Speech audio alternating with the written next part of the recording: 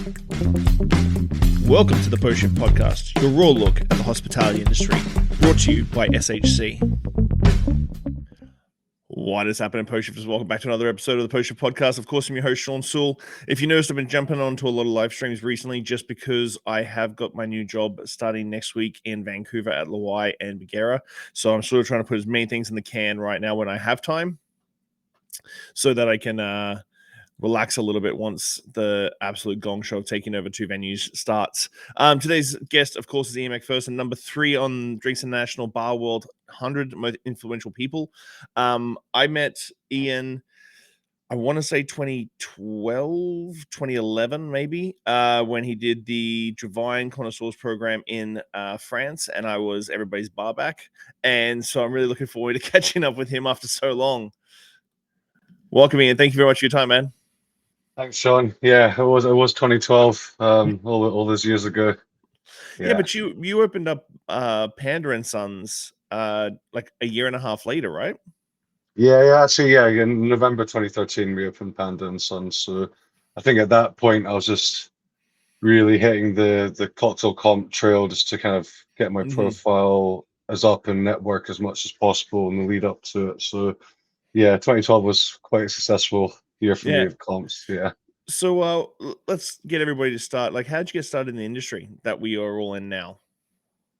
Yeah, I guess it's quite like a well trodden path. You know, I went to Edinburgh to study at university doing marketing, and then obviously, you know, I needed to get some work to pay bills, rent, etc., and kind of tried doing retail for a bit, didn't like that, and you know, just for me, it was always about finding something I enjoy. If I don't enjoy it, I'll be very bad at it. So I was getting kind of fired from quite a few jobs, and then my girlfriend at the time was like, "Oh, look, you know, I worked at a restaurant," and then she was like, "Look, there's a new bar opening up called the Voodoo Rooms. And this is back in 2007. Maybe apply." And I got a job as a bar back there, and yeah, I was very lucky. I think it was right time, right place. At the time there, we had an amazing team. Ben Carlotto was the general manager. Ryan Chetty was there. Duncan McRae, Nick Ravenhall, Terry Brotherston, Sherveen, like the list goes on. Jeremy, who owns Cantina OK as well, was working there. So yeah, I was just surrounded by really a lot of people that are passionate about cocktails and hospitality, and I love history and art, and they really kind of encapsulated my attention with the history of spirits, cocktails, and the the arts side of things, being that creativity you can make for cocktails. And yeah, that was the start of a amazing journey so far. So, like I was saying, Panda Sons is 11 years old, and in the bar world, that's an old bar. Like that's an old bar. Like I got young bartenders now who've only been bartending for like 2, 3, 4 years, and a bar's been around for 11 years, 12 years. That sort of thing is quite rare in the industry. How did the Panda Sons concept sort of come around? And at that time, like let's shape it a little bit, where Edinburgh wasn't a crazy cocktail city either. Like you were a small market in Edinburgh, still to a degree a small market. Like, how did you go? Okay, yes, I want to open a cocktail bar in Edinburgh, and go from there. I think Edinburgh is a small market, but I think people forget, you know, the second Renaissance was obviously everyone talks about London, New York, but Edinburgh was right there. So some people may debate actually if it was at the same time, if not slightly earlier than London's resurgence. You know, you got Bramble, it's guess going on 18 years old now. So you know, even though small, we had an amazing thing. And you look at this, even though Scotland's very small, we've got Scottish bartenders absolutely everywhere doing wild and wonderful things. But yeah, Panda Sons, after, I started as a bar back in Voodoo Rooms, and actually I went through the ranks really quickly. And I think within 3 years, I was general manager of it's a massive venue. And, you know, at the time, you know, I was looking at all these global brand ambassadors and going like, look at this, you know, rock star lifestyle, going all these amazing locations, drinking, etc. And I was like, initially, I was like, okay, that's what I want to do. And then I guess I don't take authority so well. I mean, I've matured a lot. I matured a lot now over the years and mellowed out from being a fiery younger person. But yeah, then I realized actually I want to have my own projects and my own bubble where I can kind of, you know, kind of not dictate, but kind of drive the direction I want without as much pullback as working for maybe a larger company would. So yeah, and then I told my bosses, I think that was even like 3 years before I opened Panda, I was like, this is what I want to do, but I've got a lot to learn from you guys. And, and actually I was very open to them. I was like, look, once you're comfortable with me doing my general manager task, can I, in my free time, come in and maybe, learn from you about, tax returns and Hmm. this and that. And they're really open to that. And I really appreciate them for that now, just giving me that kind of like openness to do that. But also for me, I was like, again, not being like egotistical, thinking I'm ready. I did like night classes to learn how to do a business plan, do spreadsheets. So I was doing all that kind of stuff in my free time. And, even the business plan I wrote now, and I always recommend this because at the time I was like, yeah, I've got this concept locked in my head. But once you write it down in a structured manner of a business plan, you start realizing not all your amazing ideas will fit into one roof, one concept. So it was a really good way of kind of really getting a clear idea of what I wanted to do. And then over 2 years of writing the first business plan, I kind of perfected it. But not only that, I kept them in mind with depending what venue we were in. So every time we saw a new venue, and I saw a lot, and it was actually really hard because a lot of the people were like, we know you got managerial experience, but you got no business ownership experience. So banks wouldn't give us loans, and a lot of the people looking to rent out these spaces were obviously Mm. preferring people with a business background. So I was always kind of at the bottom of the pile. So yeah, every place we looked at, we kind of tweaked the concept. But I guess pandas was always going to be a theme within that. And then I kind of was losing a bit of hope when we had a small budget, especially now it's nearly impossible. But back then it was so hard to get city centre. But then my friend was like, that bar, 80 Queen Street. And I was like, oh yeah, I forgot about that place. There was this cursed bar that was always opening and closing every 6 to 12 months. And I forgot about it because the city centre was not really a path you go down. Mm. And they're desperate actually. By this point, they've been closed for 7 years, and over that time sold to a different owner. And then I think the biggest problem with the site at that time was it was actually 2 floors. So it was city centre prices, but also the square meterage, Mm. square foot was far too big. So actually, when we went in, it was just the basement. They were desperate to give keys to absolutely anyone. I think every single bar owner under the sun had a look at it, but it was just so much work. Because I think when they sold it, it got asset stripped. So there's nothing in there, no plumbing, Mm. no electricity. I think just the bar front was left, and maybe one bar stool. That was it. So, but for me, I was like, I saw it as like a really cool thing. It was like a blank canvas to really kind of put my stamp on how I wanted it to go. And a lot of luck is involved with these things. And as I said, my former employers are very good to me. They gave me a lot of advice with this as well, and we're still really good friends to this day. So they gave me the really good tradesmen to use that are a bit more creative, that suit my kind of brain a bit better. And yeah, it just worked. But I'm not gonna say there wasn't a lot of luck involved. My mum always tells me being born on the first of the month, she's Korean, is very lucky, and I strongly believe that.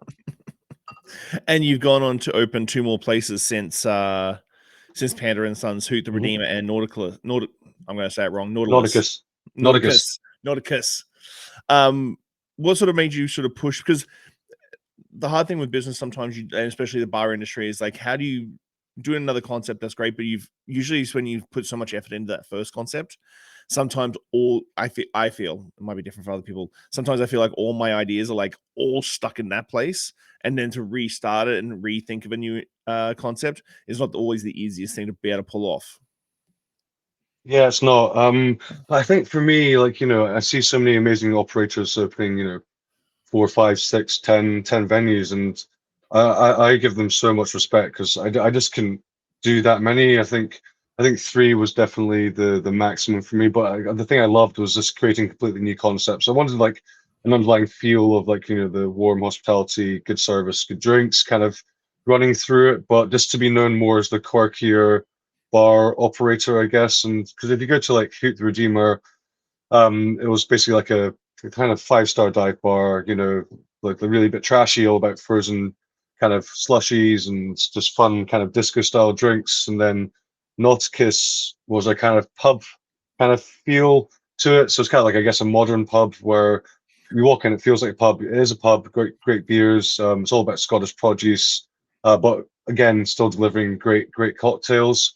So that's one thing I love actually. The most exciting thing is just designing the place and the concepts. But unfortunately, Hoot the Redeemer had to close beginning of this year because we had new landlords over the lockdown, and they wanted to redevelop the whole building into Mhm. self-serviced short-term let apartments. So that was sad because, yeah, it was just. But I'm not going to point the finger and say evil owners. They're very clear from the onset what they wanted to do. We tried negotiating with them, but they didn't want to budge, unfortunately. So, yeah, I'd say the hardest thing for me is closing down a bar. It's just going through like 9.5 years of stuff and just finding all these memories. It was bittersweet. It's sad, but yeah, it is what it is. But yeah, different concepts for me, and I think the reason why I don't want to open more than three, or I guess now two, is just I'm always so worried about the management restructuring. Getting operations manager involved, and I still believe you can probably keep a good level of skill and level of hospitality, but it does get affected slightly over after a Mm. certain size. So I just didn't want to be that person, and also I didn't want to be looked at as some big corporation. I still want to be an independent bar Mm. operator as well. So that was very conscious.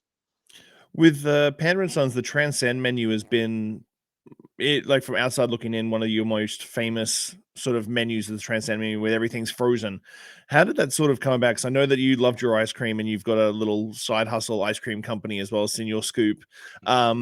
But how did the switching movement come in? And when you did it, were you expecting the response to be as crazy as it was? Mhm, mhm. Yeah, so actually going back to 2014, that's when we opened, well, that's when we started the concept of Hoot the Redeemer, which opened in 2015. And actually, it was quite a cool thing to do. So sometimes you have like creative block. Well, when you wake up in the middle of the night, you have a really clear, vivid idea of the stream. You fall asleep, you wake up when you're meant to, and you can't quite remember it. It's kind of at the tip of your tongue. But my friend taught me you can train yourself to like keep a notepad, or maybe in this case, modern age of mobile phone, to the side of your beds, and you can write it down when you wake up. So when you fall asleep, you've got a kind of a memory trigger to remember it. And it's quite a fun experiment. Sometimes you write in a language that doesn't exist, but sometimes you come up with really cool concepts. And the dream I had was the film Big with Tom Hanks, 80s film. If you haven't watched it, you should. Hopefully it's aged well, but I enjoyed it when I was younger. And yeah, so everything was like a fun fair for kids, but an adult twist. So like the slushies had booze in them, ice creams were cocktail ice creams. You're playing games for cocktails, and just a bit of a fun place. So I wanted to go with that, but I wasn't going to kid myself that I knew how to make ice cream. I love ice cream. So I went down to University of Reading, studied science of ice cream. Then, your Italian friends will tell you gelato is different to ice cream. I didn't really know the difference at the time. So then I found there's a gelato university which exists in Bologna, Italy, and I studied there for a month to learn. But both those things I kind of thought would be very much ready, steady, cook, like straight into making ice cream. It's a fun Mhm. cooking class. But actually, there's a lot of science, kind of school room environment classes involved, and they're talking about like the thing you can do, freezing, the marrying process, time, temperature. And coming from a bartender's brain, I was like, hang on, there's a lot we can do with freezing. It's not just freezing. And I think from then I was always thinking about it. And that was kind of the catalyst.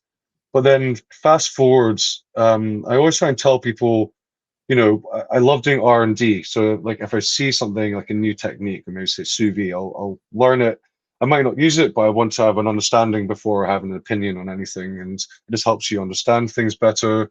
And we always say this because the more R&D you do, every time you do R&D, it's a kind of a jigsaw piece to a puzzle that you're not quite sure where that puzzle is yet. So the more you do, then one time this piece of a jigsaw suddenly makes sense to a puzzle you're doing at that time. So the more R&D you do, the better. And what we were doing is we were learning about freeze concentration, which we call like the OG. It's been used for centuries, not thousands of years. And we were looking at Applejack, how it was made traditionally with hard cider, freeze concentration outside. Icebox, a German beer, which follows a similar method Mm. traditionally in the winter. And we were just trialing it because we wanted to understand the technique. And we're realizing by freezing, you could, obviously you're concentrating what's in there, actually freezing off water, but even though it's water, there's still a lot of flavor being isolated because different temperatures freeze at different temperatures. So we're like, okay, if we can take it out of the existing liquid. Why can't we switch it for something else? So in nutshell, switching is taking freeze concentration one step further. And so we're like, okay, cool, this is great. It's not only can we add different flavors in, make it Frankenstein, we can add textures in without adding dilution. We're taking stuff out and then just kind of putting it back in. And yeah, going to your question about did we think it'd be as interested for the community as we did? No, we didn't. And again, it was never really something we were looking to do in creating a new technique. But I think, as I said, a bit of luck, bit of just this, and it just happened, and we're like, cool. And then but when we did see that kind of real interest from people, I was like, okay. And actually, going to it as well, sorry, I'm rambling a bit, is, we look at the top restaurants, top chefs, and, they're doing well. But and I do believe the gap between top bars Hmm. and stuff is closing. But I think the biggest thing, in my own personal opinion, is, the chefs have had cooking techniques for forever. There's so many. And people always tell me what's the difference between a technique, but try explaining the difference of boiling and simmering to a 5-year-old. So there's both Mm. boiling, it's very small, but we still follow that in a recipe because we know it makes a difference. So I always tell people even small things will affect flavor and the outcome. And then I was realizing that actually with liquids we could do more of freezing. And actually freezing realm suits the bar world more than it does in the kitchen. So I was like, this is our opportunity to really kind of corner this realm and make it the bar's kind of way of creating more techniques. And again, heat has been used for so long, it's hard to find something new in that kind of realm. But now freezing, I think it's still like, it's still like the Wild West. There's still so much to learn. We're still learning, and there's more and more things we can do with it. Yeah, we have a hell a hell no H2O policy. So when we do freezer door martinis and freezer door cocktails at work, Nice. we don't use water as that illusion. We'll use like a local blueberry juice for an old fashioned, or lychee juice for a Chinese, like a Japanese inspired martini. Um, so with the Trans Am, you've got switching. Obviously, you've got Sous pressure, Suppression, yeah.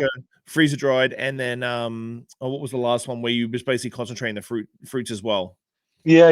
It's freeze concentration, but we just Yeah. tried being a bit wanky, calling it cryo concentration. But yeah, it's the same realm, same So realm. with Sous pressure, that sort of that R&D where you're like, okay, what do we do next? What do we do next? Can Mhm. you explain the Sous pressure sort of technique? Yeah. So the reason we went up to suppression was because, I guess, to freeze spirits, even though you can use switching in a fridge for beers, vermouths, wines, etc., we obviously primarily focus on spirits, but I'm under no illusion buying a super cold freezer is going to be a financial barrier. Buying a freeze dryer is an even Mhm. bigger financial barrier. And I was like, I really want to create a technique that is more approachable, Mm. less of a financial outlay, and is probably maybe more relatable to an existing technique. So after switching, we were like, just nothing against heat, I love cooking and stuff, but we're like, can we find an alternative to existing heat techniques and, the alternative reality, which is freezing. So with suppression, we were looking at sous vide. So like, cool, can we do a freezing alternative to sous vide? So obviously we stripped back what sous vide was. You got the vacuum chamber to get the air out, to create the infusion process, then the water bath. Second part, which is the kind of marrying process. Right? Okay, these are the two things. And then this is where another jigsaw piece came into the puzzle. So I was just thinking one day, I was like, well, if water, when it freezes, can burst a metal pipe, that's a lot of energy. I was like, there must be something here. And then did research on it, and when freeze expansion happens with water, it actually generates 100,000 psi. So it's a lot of pressure buildup. Mm. I guess to save confusion to bartenders, it's not fizzy, it's not carbonated, but it's just the Mhm. pressure measurement. So we're like, cool. Is there something we can do here, that something strong enough that can harness the expansion that doesn't break the metal? So this is where we came up with these kind of tiny stainless steel kegs, 2 to 5 liter. Maybe bigger ones can work. We've just never done bigger than 5 liter. And so we filled that with water right to the top, froze it to see if it could withhold this expansion pressure, and it did. So like, okay, sweet. So let's try and do something with like sous vide. So then what we did here is we batched the whole cocktail in the keg, and then we'll add, a herb botanical, fruit, vegetable, whatever you want in there as well, just like you would in a sous vide.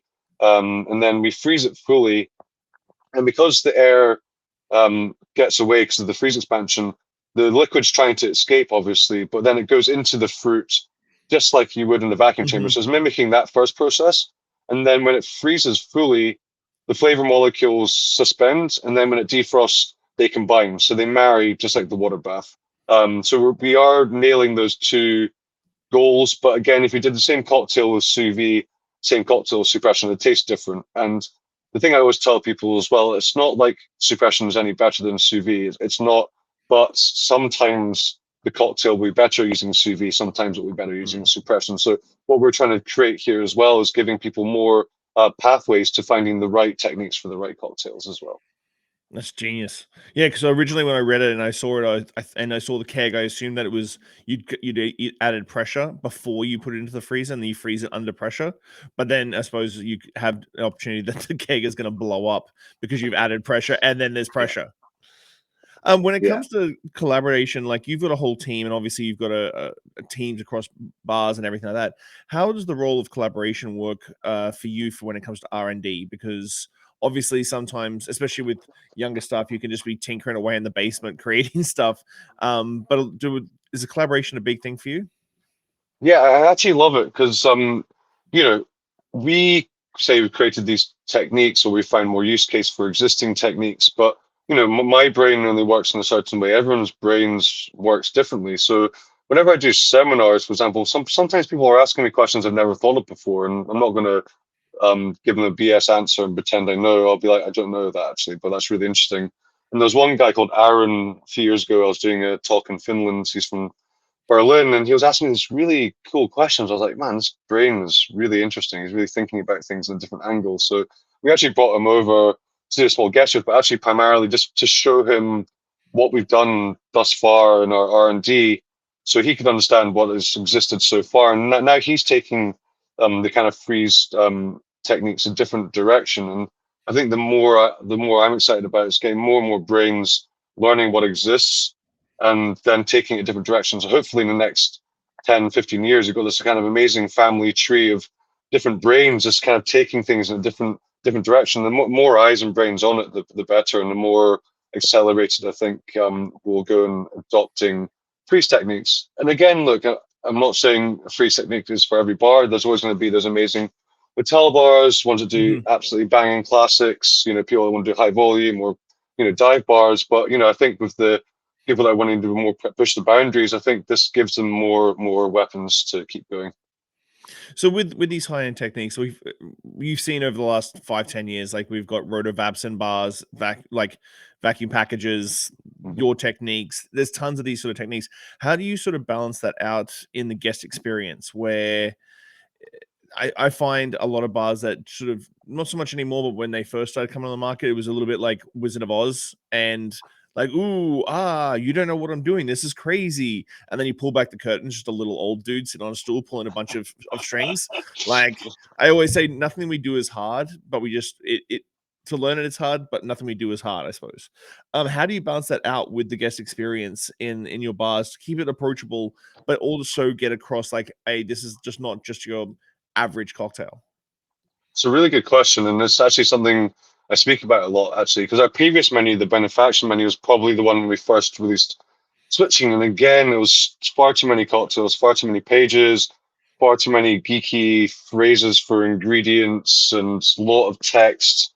And it was just very alienating for consumers, but also just, I think, time to choose a cocktail. They're just like, oh, I don't know what this means. Just choose one, and then you'll find out they're not happy with this cocktail because it's not what they expected. So we were like, we can't force this kind of geekiness on anyone, and we don't want to. We don't want our guests to feel that they don't understand something. That's the last thing Mhm. we want. We want to feel comfortable and feel that they can read something and really understand it. So what we did here is we simplified it back and based on kind of 3 levels of attention span. So each chapter is 2 double pages. So the first double page would be, you know, for people that are really interested, they can read the intro, they can watch the QR code link, or they can look at the infographic, and that's with people as well. Slightly interested, they can have a quick breeze at the infographic to get an idea of the technique roughly. But then like 95, 98% of our customers that don't care, they want to go to the second double page, and that's where the 4 cocktails in that chapter are. Mm. And it's very clear, but where maybe it's like 6 years ago, we're doing like freeze-dried blackberry or cryo-concentrated Mm. apple. We're just going blackberries, apple, blah, blah, blah, and make it very clear and just made it more fun and more kind of graphics, less writing. And we find that works really well. And then afterwards, people try it.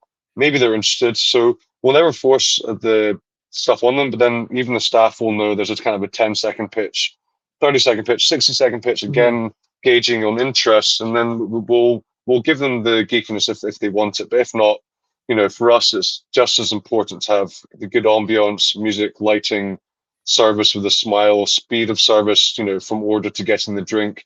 All this is, well, so I guess, people know us for the techniques, but that's just a fraction of everything that we take very seriously, and serious, but not taking ourselves seriously. We don't Mm. want to be acting like swinging big dicks kind of thing.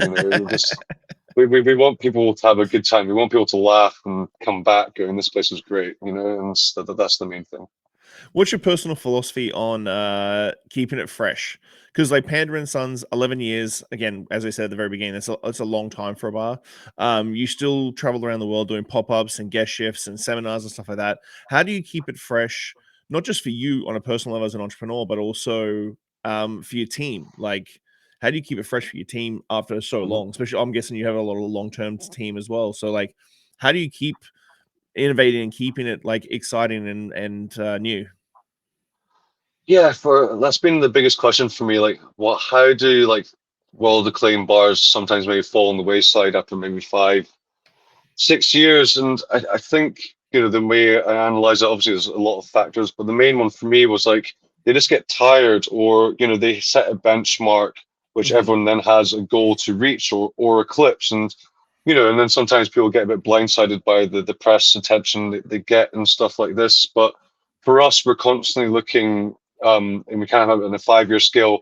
What was our strength 5 years ago? We want it to be our weakness. And so actually, we Mm. we close for 3 to 4 days, sometimes 5 days every January to do kind of a freshen up of a certain area. It's now become our weakness. And just keep it fresh. We don't want to advertise that we've done a refurbishment. We want people to walk in and still feel like it was the Mhm. same as last time they're there, but maybe they're like, oh, it feels a bit different. Maybe the light fittings have changed. So we're not changing too much at once, but enough to keep it interesting. Because we realized psychologically people just get bored of a space without realizing if it's the same. So we're constantly just changing little bits just to keep it interesting. But also for the bar team as well, the bar industry is evolving very quickly. We're constantly looking at restructuring the bar. So I think we changed the bar systems 3 times over 11 years, like, different bar stations, different layouts, different ways, speed of service, improving it for the bartenders as well.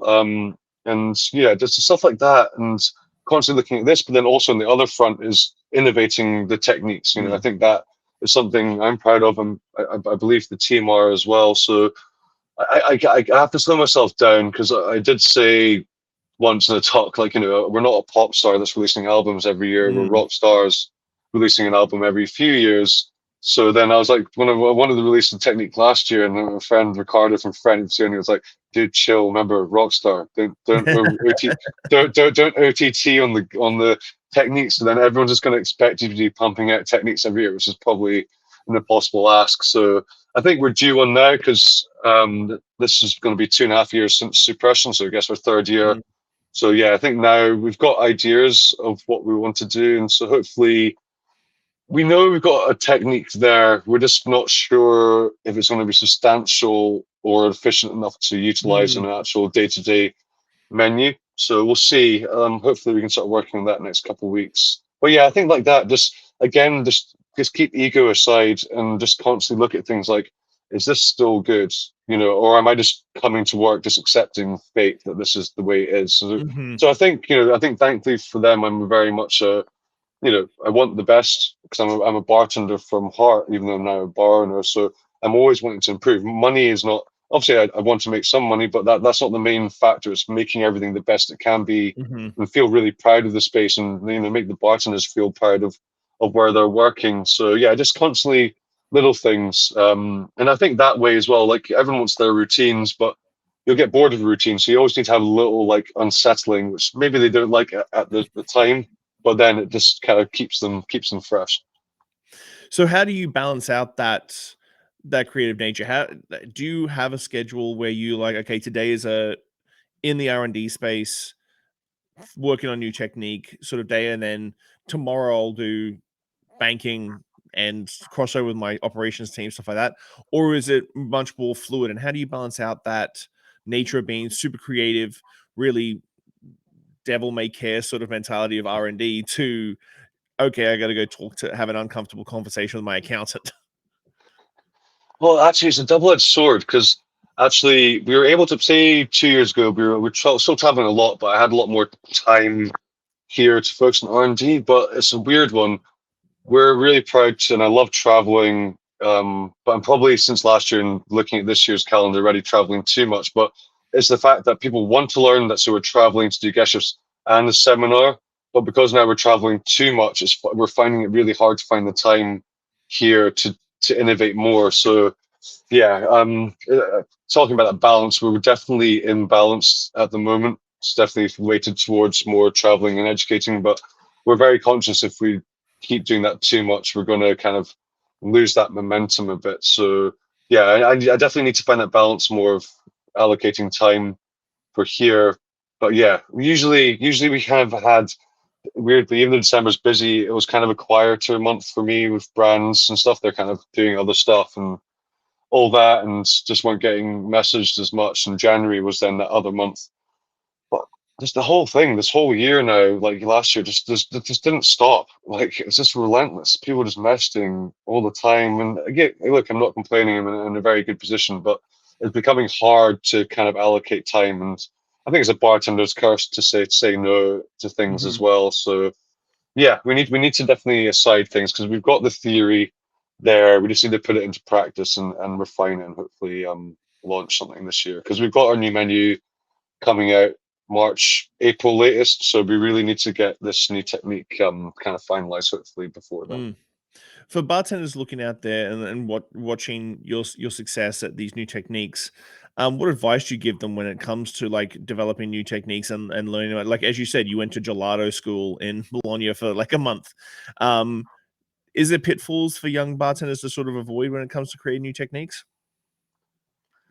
Yeah, I think just go for it. I think you know how to make a cocktail. You've maybe done a comp, you've done menu, cocktail specials. Just have fun, but also be willing to sacrifice your free time. I think what I found recently is that's becoming harder for people to necessarily accept. You know, they may want to learn, but they're willing to learn during their shift, which is also Mm, great.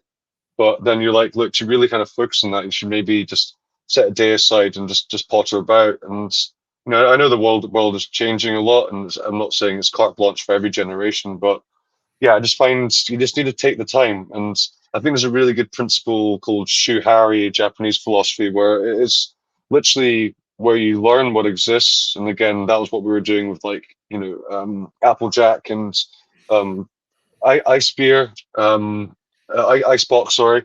And then really doing it practically and then detaching, evolving. So it's about really just putting that groundwork in. And we show this kind of curve in our kind of R&D where it was kind of learning and not doing too much. But then because we've learned so much in this like 4 or 5 years, now we've got this massive up curve because we have such a better understanding of everything. So it is really cliche, but it is really walk before you can run. But I assure you, if you look at things at a macro perspective, you're going to be running so much faster if you do it this way and willing mm, yourself to just take that time at the beginning. And I think also just not be scared to ask questions. I think a lot of people of any age or background are just too scared to look like they don't know something. That's something I always try show a team. I'm literally putting my hand up, even if it's something basic, I'm like, I don't know what that is. Do you mind explaining that? Just to kind of show like, just put that ego aside. No one cares about mhm. what you think and know. It's more it's your own worst enemy thinking like, oh, what are people going to think? But it's actually just being willing to be like, I don't understand. Can you tell me? Or maybe after that seminar, just send that person. a message, or or hey, can we just chat about that later? And just I really want to know, because I find there's this kind of thing we call Dunning-Kruger syndrome, where people just or have an elevated feeling of how smart they are, and then that happens a lot. Maybe someone really young's learned very quickly, maybe won a comp, maybe too prematurely, or they've moved to a good bar supervisor again too soon, where they could have maybe stayed an extra year at that place to learn more, and then they just plateau, and it's a shame. So I think just learn. You can learn every day. I'm on that believing I'm going to be learning every day till I'm gone off this earth. So it's about that learning that you're always going to be learning if you want to. And knowledge is power. That's what makes you better as a person as well. So don't stop learning. Don't be scared to ask questions. And yeah, and that's my advice I'd give. Yeah, I have people always go, well, how'd you find that? Or what'd you find that piece of equipment? I found it's random. What I found a little fucking piece of equipment for a very old slicer that we had. And they're like, how'd you find that? I was like, well, I got the code. Then I went 10 pages deep on Google and I found this random little like store that was in the US to find this one little screw piece. And I was like, that's it. If I'm going to research something, I'm not doing the first page Google. I'm doing the second, third, fourth, fifth, Yeah. and just keep going. So what's in the future for you for Panda Sons? Is Panda Sons something that uh, could be similar to like the Death and Co and then Attaboy and sort of Dead Rabbit style, where you can start recreating it in a different Mm. market and start taking it around, especially in the UK? No, I'd say never, but I think like touching on like the different bars we've opened, all different concepts, I'd be we'll see. We're in talks at the moment, but I'm more inclined of being hired to create a new concept kind of thing, and being known for that. And I look, hats off to the likes of Death and Co. They've smashed that kind of Mm-hmm. philosophy. See employees only. What's another one? Yeah, Paradiso, they're doing so well with their kind of the brand now, their franchise, I guess to say. But Salmon Guru, but yeah, it just doesn't suit me. But yeah, we'll see. I'd like to do concepts with other people collaborating on that side of things. But yeah, I'm not saying no, but in my head, I kind of like to keep Panda and Sons as a one place, I think. That's nice. And you were saying you were gonna be traveling and everything. What's the direction of 2025 looking for you right now? Let's have a look.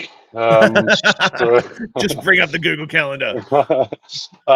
yeah, so I'd say I'm here for like another 10 days and then off to Carnival in Buenos Aires with Trasmonos. They got like a big party there, and then straight from there to El Gallo in Guadalajara, then straight from there to Portugal, and then Arizona Cocktail Week end of that month. UAE, March, Cape Town, March, Italy, Croatia, doing the Sustainability Summit with Paradiso end of March. Yeah, so my calendar's looking like that until July at the moment. But yeah, Wow. I think, yeah, so it's pretty intense. I want to say thank you so much for your time. At the end of every episode, I always do 5 deep questions. And I've had people go, can you send them to me? I'm like, no, they're supposed to be deep and off the bat. Like you're supposed to do it by the seat of your pants. So what is one lesson or experience that has shaped your perspective the most? And how do you carry that forward in your life? Keep your feet on the ground. I think once I saw, what was it? I saw the powdered alcohol thing years ago when the guy got his like, I don't know, what's it called? Copyright on it or something. And I was like immediately like, yeah, I know what this guy's doing, freeze drying, and then he gets a powder alcohol. And then so I put all this alcohol in the freeze dryer. And yeah, it broke the machine. It just ruined it. And yeah, it definitely does not how he does it. I don't know how he made powdered alcohol, but yeah, I think that was a very expensive mistake, and maybe just kind of again just keeping my ego in check. But yeah, I thought that was probably a big learning curve for me. Breaking like a £6,000 freeze dry wasn't Yeah. fun. Yeah, I saw a secondhand one that was relatively new on Facebook Marketplace the other day. It's $6,000. I'm like, I really want one, really want one, but I think I'm gonna buy a few other things before I buy that one. If you could leave one lasting message or piece of wisdom for the world, what would it be and why? Um, I think it's changing now, but definitely keep knowledge sharing as a community. We're very much like, I guess, open source to an extent of what we're doing, what we're finding. We're not, I don't like the old school mentality of like secret Hmm. this, secret that. I think to really push our industry forward, we need to really be sharing knowledge. And this is one thing I love about that advice is, yeah, again, we created some techniques, but it doesn't necessarily mean everything about it. So some people that Hmm. have taken our techniques have now done certain processes better than us, and they're showing us what they're doing. I'm like, oh, that's actually an improvement on how we're doing things, and going, oh, thank you. Yeah. And so again, that's where the benefit comes. So it's like you got more people thinking about it, and this as a collective, it improves everything. So yeah, I'd say just be open, ask, and share. Looking back on your journey, what is something you wish you understood earlier in life? Oh, so many. I don't know. Buy Bitcoin 10 years ago and just relax instead of buying a bar. Could just be on a beach now. But no, yeah, I think actually one thing I learned from lockdown was, back then before this hyperinflation we're seeing now was basically, you walked in your bar, it was busy, like, cool, we're making money. Now that's not really the case. You really Hmm. need to, like, with a magnifying glass, analyze all your costs, outgoings, efficiency, blah blah blah. Which again has made me a better bar operator. But with that, with the bars closing during lockdown, I realized all my eggs were in one basket. So I really kind of started just learning about economics and really understanding about diversifying where my money's going. Not kind of living paycheck to paycheck where Hmm. we're like the sun is always going to be shining. So since then, I've been better at kind of like, putting some money into investments or putting it aside into, high interest bank account or stuff like this. And, even though it might seem small at the time, if things are compounding in interest, even just, I know some people might have only $10 a month or a week, just squirrel enough away every week. And, by the time you're too old to work behind a bar, you're going to be really thankful you did that. So I think for me, it's planning ahead because you see so many famous bartenders that at the end of their life cycle they've got nothing, and I'm just like, that's not how it should be in our industry. Hmm. I don't think we should be diversifying our portfolios, but all these amazing people that created amazing cocktails that we all know about globally that are just left penniless, and it's just sad. So I'm like, I don't want to fall into that trap. I don't think anyone should. So just, I know it's hard to, but just really plan ahead and try and look after your future self. Someone told me that, actually, that was it, like always look after future Ian or Hmm. future Jan in this case. And then you'll be happy about it when you get there. So I'm always like thinking not for present Ian, I'm always thinking for future Ian in the way I look at things. How do you define success, and has your definition of it changed over time? Um, Having a statue of myself would be nice. No, I don't know. I think I don't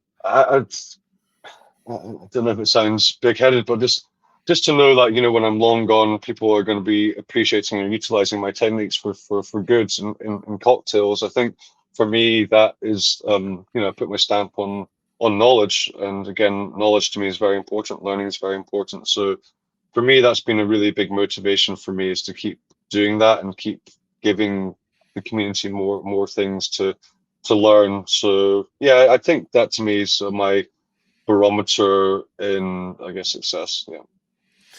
What do you hope your legacy will be, and what steps are you taking to build it?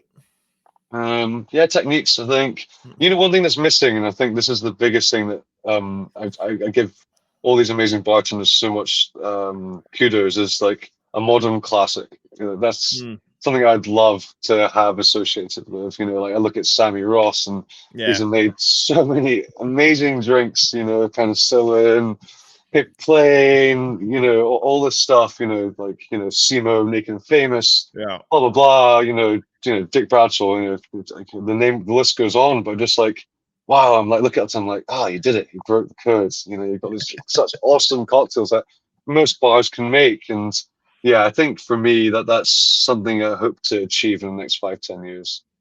Yeah, the Drunk Uncle is, I would say, my modern classic that is Mm. way more famous than I am. Like, I get like Drunk Uncle Google like notifications when it gets written up in articles and Amazing. stuff. And like That's so every good. year, yeah, liquor.com puts it up in there, whiskey cocktails and stuff like that. It's one of those cocktails that just does not get away from me. Um, dude, thank you so much for your time. I really appreciate it. It's been absolutely fantastic chatting to you. And I think it's nice to sort of see that super hyper creative side of R&D, but also see some nice grounding in business, because I think as we get older in the industry and we do open our own venues, it's always nice to be passion driven, but not having that business money side of things in the back of your head.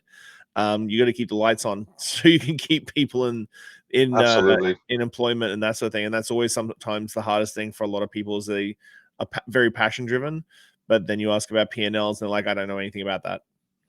Yeah, super important. But no, thanks for having me on. It's been great, and it's just been nice to catch up. It's been far too long. It's been really, really long. But enjoy your travels as the year gets started, and I'll chat to you really soon. Thanks, Shawn. Thank you, buddy. Bye. Bye. Thanks for listening, Pose Shifters. Well, I hope you enjoyed that episode. I really enjoy sitting down with friends and peers and just chatting about the industry and getting down to the nuts and bolts of what's really going on out there. Make sure you like, subscribe, comment, everything on all the platforms. Just hit it up and I'll do my best to answer any queries or questions you have. I'll see you next week, guys. Bye.